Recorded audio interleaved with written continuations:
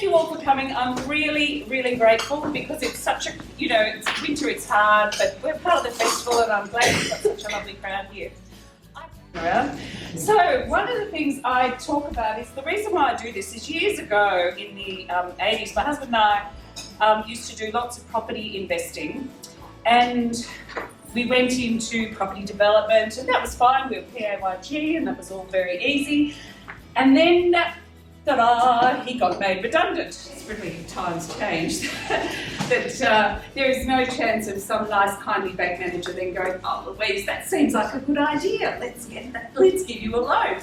And even though we had never been into the business we bought, and although I gave another good story, and I was out here pregnant, they agreed to lend us, quite a significant amount of money to go buy this business.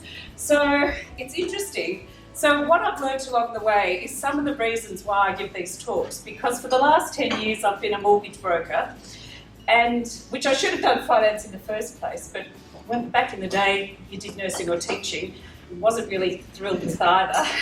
But did nursing, then did nurse teaching, then went into management in hospitals, and then ended up in property because we'd done such a lot of it, and then finally made my way back to finance, which I probably should have done all along.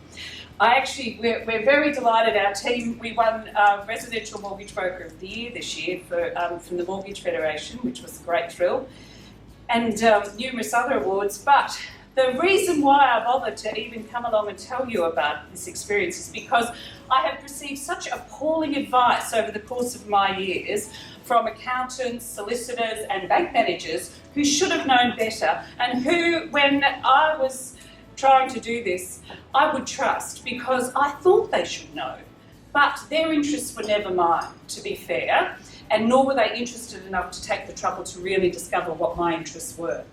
And it happens all too often, and no one is more responsible than you are for your money, and this is why I teach you the rules around this for finance. I really, really want you to protect yourself so that you don't end up at the raw end of the deal. All too often they have cost me thousands and thousands of dollars just through playing ignorance or stupidity, and they tell you and blithely get away with it because, they didn't have to care, and I didn't know to answer. And even in your heart now, you go, "Oh, that just doesn't feel right or seem right." Well, no, you are probably right, so keep looking for the right answer. I'm going to write this white paper at the moment on how to find a good accountant because it's one of my greatest bugbears. I'm sure there's some accountants here, are there? And yeah. That's right, you're already a client for them, so... obviously I've got to have the disclaimer there. Anything I say is not personal investment advice. That is reasonably obvious, isn't it? So I'm sure you're all smart enough to realise that that is not up for debate. So why do people go into small business and need finance? 3 reasons. They're either creating a business from scratch, and I get some wonderful people coming to me going, "You won't believe I've had this fantastic idea. I want to buy a shop that makes pancakes that are like a pizza, and that Melbourne must have one. We're the foodie capital. It's happened." And that's not, I said, and this has been tested almost nowhere in the world, but that's okay because we need it here. And that often happens. People will go and to have this idea, and I'm not saying that I would be the first. I'm usually I'll just tell you, I'm a very positive and optimistic person, aren't I, Glenn? That's right. Yeah.